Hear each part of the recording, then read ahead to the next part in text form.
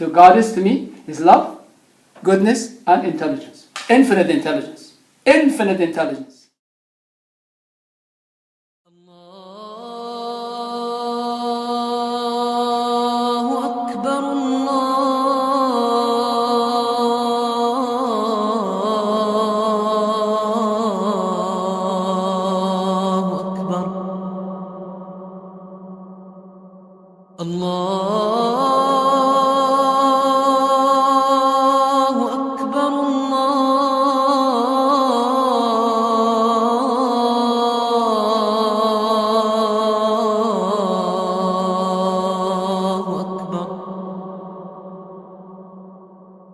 أشهد أن لا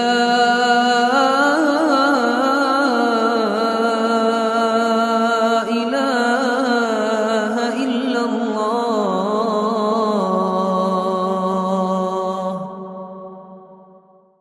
In 1971, Bawa was invited to come here to the United States by some Christian and Jewish people who had been corresponding with Bawa through letters. There was one of Bawa's disciples here at University of Penn, and there was a woman who had questions about an experience, a very deep spiritual experience that she had had. He said, I think Bawa can help you. And the name Muhaiyaddeen really meant something to her. She started writing to Bawa, and then they invited Bawa to come here in 1971. So he came here, and a small group of people met him. They rented a house at 46th Street in University City, and so that kind of started the beginning of people coming, listening to Bawa's discourses. People from all different faiths came and spoke to Bawa and asked their questions. And Bawa stayed for about 6 months, and then he went back to Sri Lanka, and so he would come back and forth. And he obtained a permanent residency visa, and in 1973 they bought this residence here at 5820 Overbrook Avenue. And there was no mosque here. Where the mosque is, there was a garden. It was formerly a Jewish community center. So people came here to hear Bawa's discourses. Again, it was a diverse group of people, and there was no real formal religion presented at that time. It was all Bawa answering people's questions and guiding them. Some people coming for one time, visiting Bawa, and not coming back again. And so it was also, a time for people to really get to know Bawa, and he was like, had a personal relationship with everyone, and he also had this very gracious habit of feeding everyone around him. So. أشهد أن لا. Bawa was very welcoming.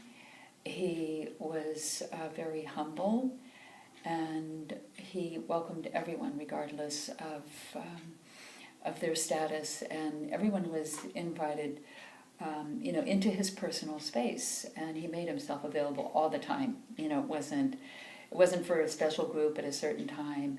And so if anyone came and they were seeking his advice, they would receive that attention from Bawa. So he was also not really forcing something on people.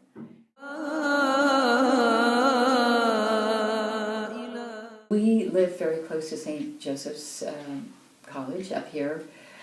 So we do have a diverse community here too, because right over on Drexel Avenue there's a yeshiva, and there's a whole Hasidic Jewish community that lives in this neighborhood.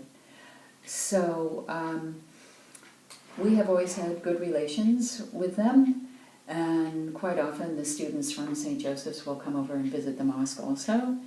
And we invite people to come and visit the mosque, and a lot of us here do a lot of interfaith work also. So so mainly, we're practically on the university now because St. Joseph's keeps expanding, and we feel that we fit in fine here. We've never had any problems. We have a very nice relationship with all the neighbors. It came together because of a man named Bawa Muhaiyaddeen.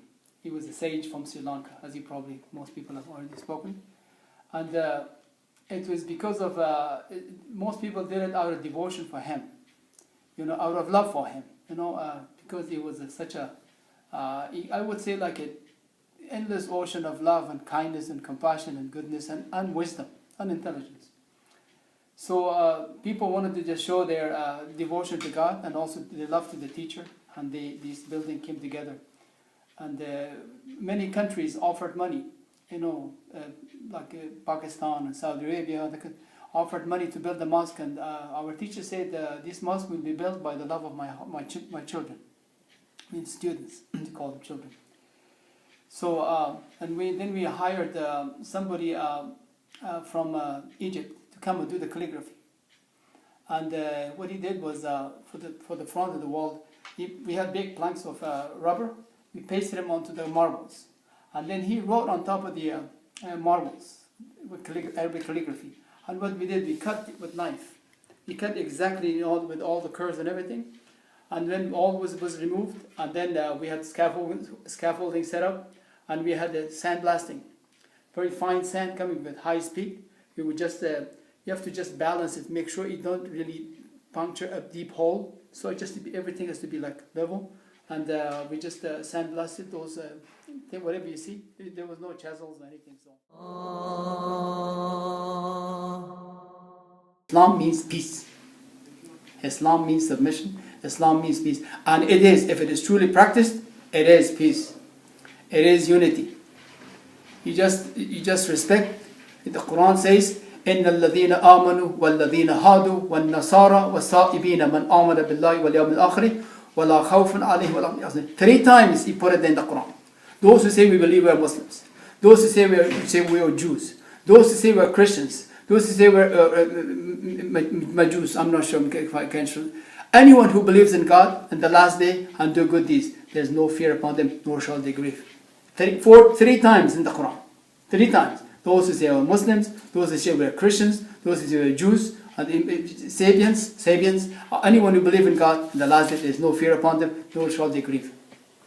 So life is a journey. Whether we believe it or not, as we've grown up from, a little, sperm, and we have all grown up, you see that's a journey. The journey of a sperm into the womb. And then from there, it has to grow inside the womb. That's all part of the journey. And then it has to feed, this we're going through the different stages. That's like mineral stages, right? The mineral. And then when we're born, first we're like animal. We don't know nothing. And then we start walking.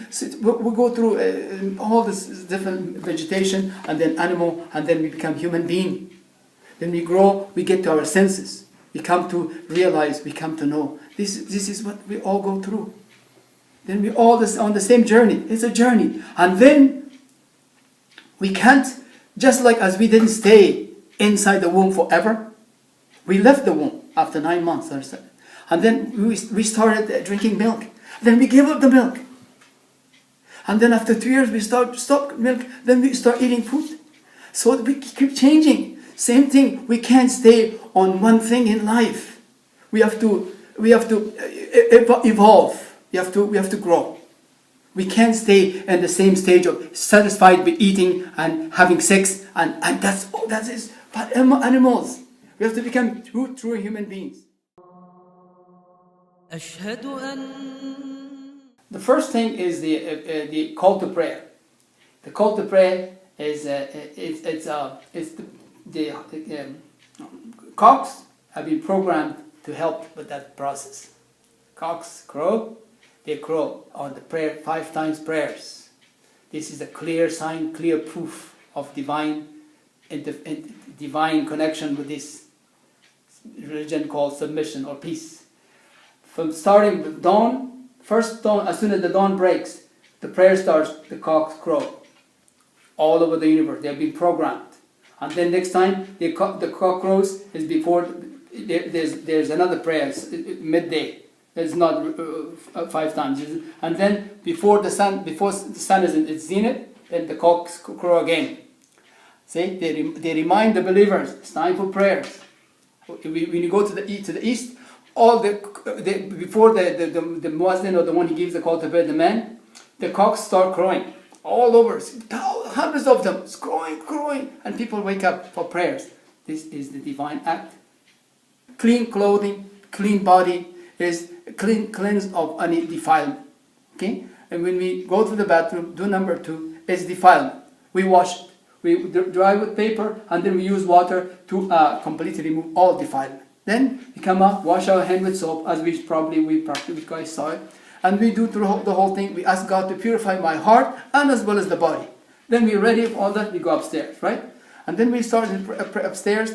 Then again, Islam is all these acts during prayer is done throughout all of religion. It just embodies the whole of religion, all the religions previously. محمد رسول الله